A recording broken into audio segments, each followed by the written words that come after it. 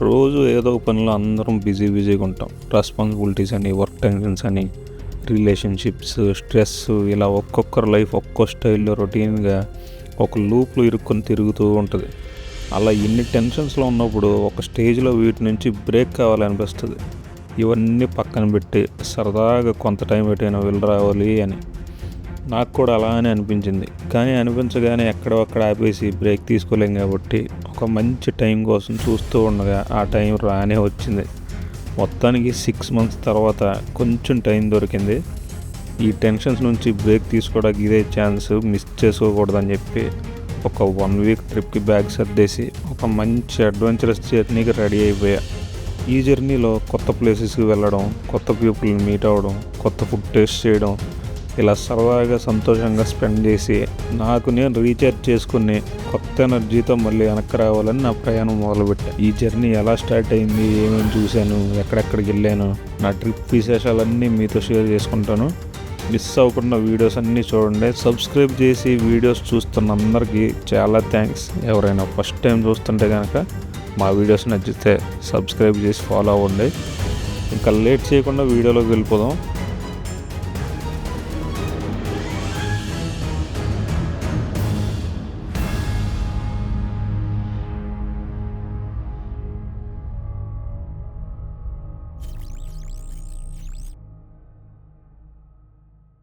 ఇంతకీ నేను ఎక్కడ బయలుదేరండి అండమాన్ సీలో ఉన్న ఫుకెట్ ఐలాండ్కి.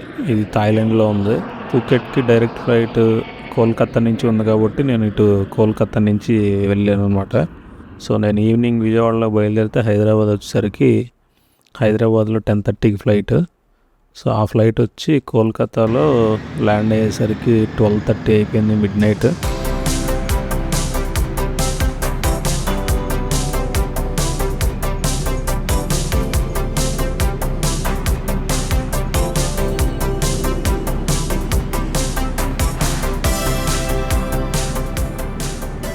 కోల్కతా ఎయిర్పోర్ట్కి అయితే ఇదే ఫస్ట్ టైం నేను రావడం.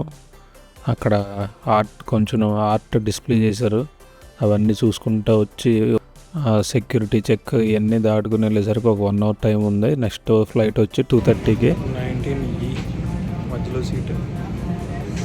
ఫ్లైట్ అంతా ఖాళీగా. నాకు మిడిల్ సీట్ వచ్చింది కానీ ఖాళీగా ఉండటంతో నెక్స్ట్ విండో సీట్కి షిఫ్ట్ అయిపోయా.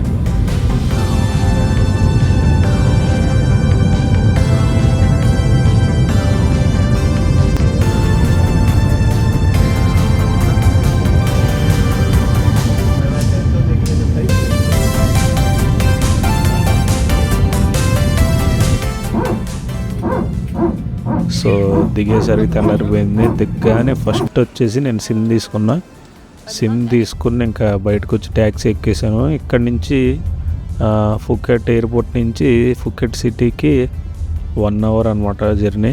సో కార్లో ఎక్కేసి డ్రైవర్తో మాట్లాడుకుంటా స్టార్ట్ చేసాను ఇంకా జర్నీ.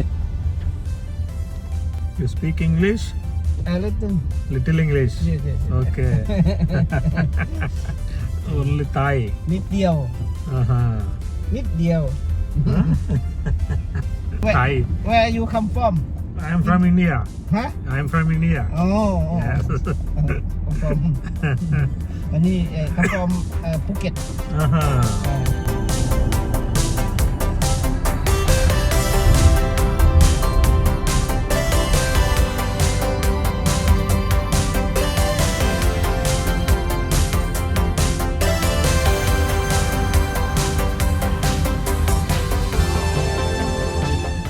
రాగానే అయితే హోటల్లో చెక్ ఇన్ అయిపోయి నైట్ అంతా జర్నీ చేసి టైర్డ్ అయిపోయా కాబట్టి 2 hours స్లీప్ వేసి లేచి ఫ్రెష్ అయ్యి ఇక బైక్ తీసుకుని బయలుదేరా బయటికి. హోటల్లోనే బైక్ రెంటల్ కూడా ఉంది. ఒక బైక్ తీసేసుకున్నా. సో ఈరోజు బైక్ తీసుకుని బయటికి వెళ్ళి మొత్తం ఒక రౌండ్ వేసి నీట్గా లంచ్ చేసి ఈవినింగ్ బీచ్కి వెళ్దాం. నేను మా తమ్ముడు ఖాళీ టైంలో మన ఊర్లోనే సందులన్నీ తిరుగుతూ ఉంటాం బైక్ దిగిపోయేసుకుని. అలాంటిది కొత్త దేశం వచ్చి సైలెంట్గా ఎలా ఉంటాం. ఇదే మన బైక్.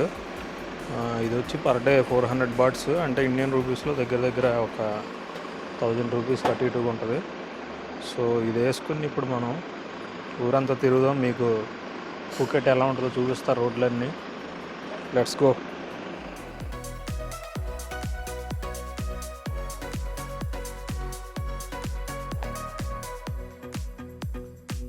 సముద్రం మధ్యలో ఉన్న ఐలాండ్ కదా, ఆ ఐలాండ్ వైబ్స్ అయితే తెలుస్తున్నాయి క్లియర్గా. ఎటు చూసిన సముద్రం, అలల సౌండ్, అలాగే గాలి అంతా కూడా చాలా బాగుంది. క్లైమేట్ అంతా మంచి పాజిటివ్ వైబ్తో స్టార్ట్ అయింది డే అయితే.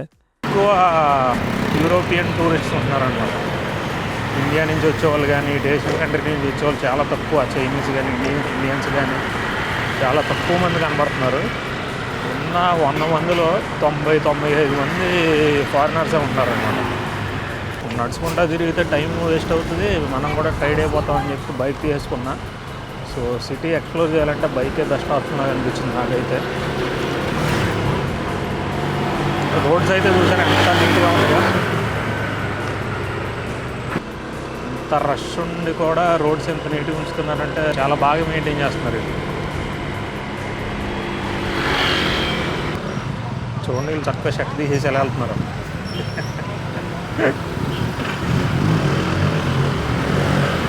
అందరూ షర్ట్లు తీసే.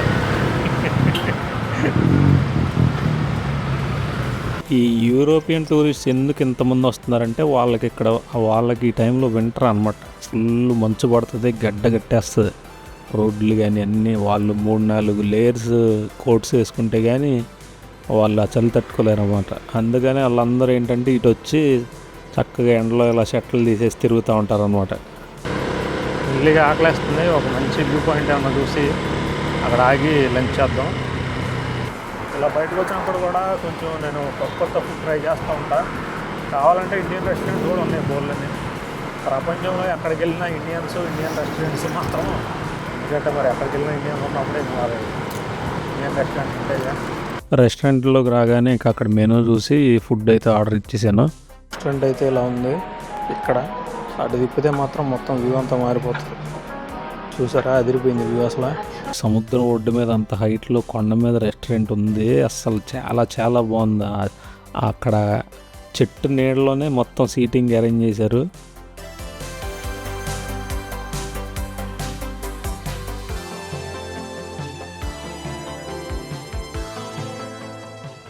బ్యాక్గ్రౌండ్లో వీళ్ళు రెస్టారెంట్లో కొన్ని సాంగ్స్ ప్లే చేస్తూ ఉన్నారన్నమాట.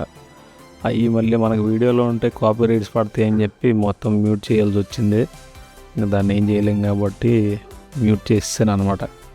ఇక అలా నేనైతే ఆ బీచ్ని చూస్తా లంచ్ చేస్తుంటే అస్సలు మంచి ఎక్స్పీరియన్స్. అది మాత్రం చాలా చాలా నచ్చింది నాకైతే. తర్వాత మీ అందరి కోసం ఒక స్పెషల్ పర్ఫార్మెన్స్ ఉంటుంది, మిస్ అవ్వమాకండి.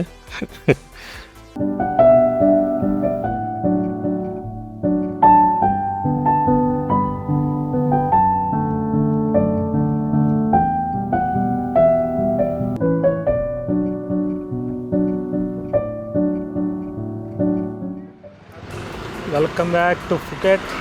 సో ఇప్పుడు మనం సన్సెట్ అయ్యే టైం అయింది. ఇప్పుడు మనం ఏం చేద్దామంటే బీచ్లోకి వెళ్ళి అలా రిలాక్స్ అవుదాం. చక్కగా కూర్చొని 2 కొబ్బరి బొండలు తాగితే మామూలుగా.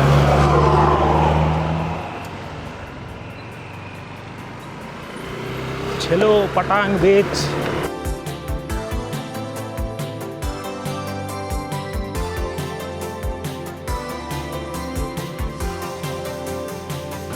వచ్చేసింది బీచ్.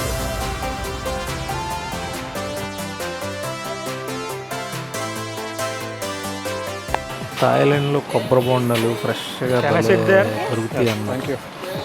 చాలా బాగుంటాయి. ఇంకా బీచ్లో కూర్చొని అలా నేచర్ చూస్తా ఈవినింగ్ అంతా కూడా సన్సెట్ చూసుకుంటూ అక్కడ రిలాక్స్ అవుదామని బీచ్కి అయితే వచ్చేసాను నేను.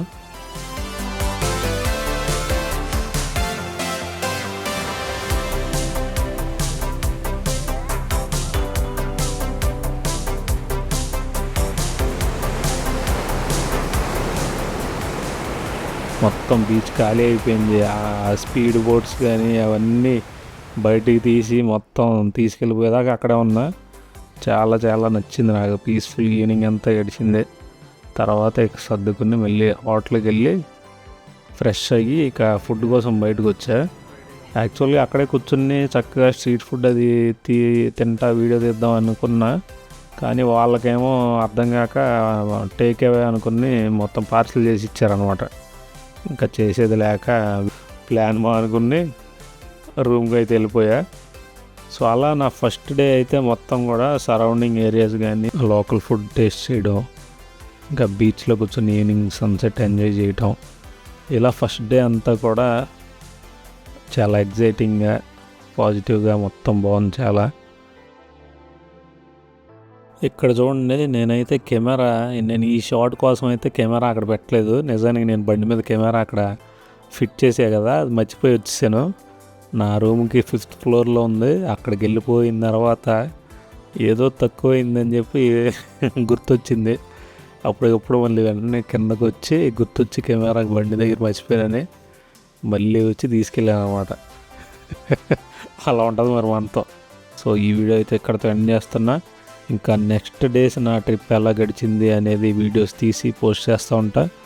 సో అవన్నీ మిస్ అవ్వకుండా ఉండాలంటే మీరు ఖచ్చితంగా సబ్స్క్రైబ్ చేయండి, ఫాలో అవ్వండి. Thank you so much. తాయిలో ఏదో మాట్లాడుకుంటున్నారు కానీ నాకు అర్థం కావట్లా. Okay bye. సబరికా. Oh, Thailand. Midnight. యా, India. India. Oh, very good, Thailand. Okay bye, have a nice day.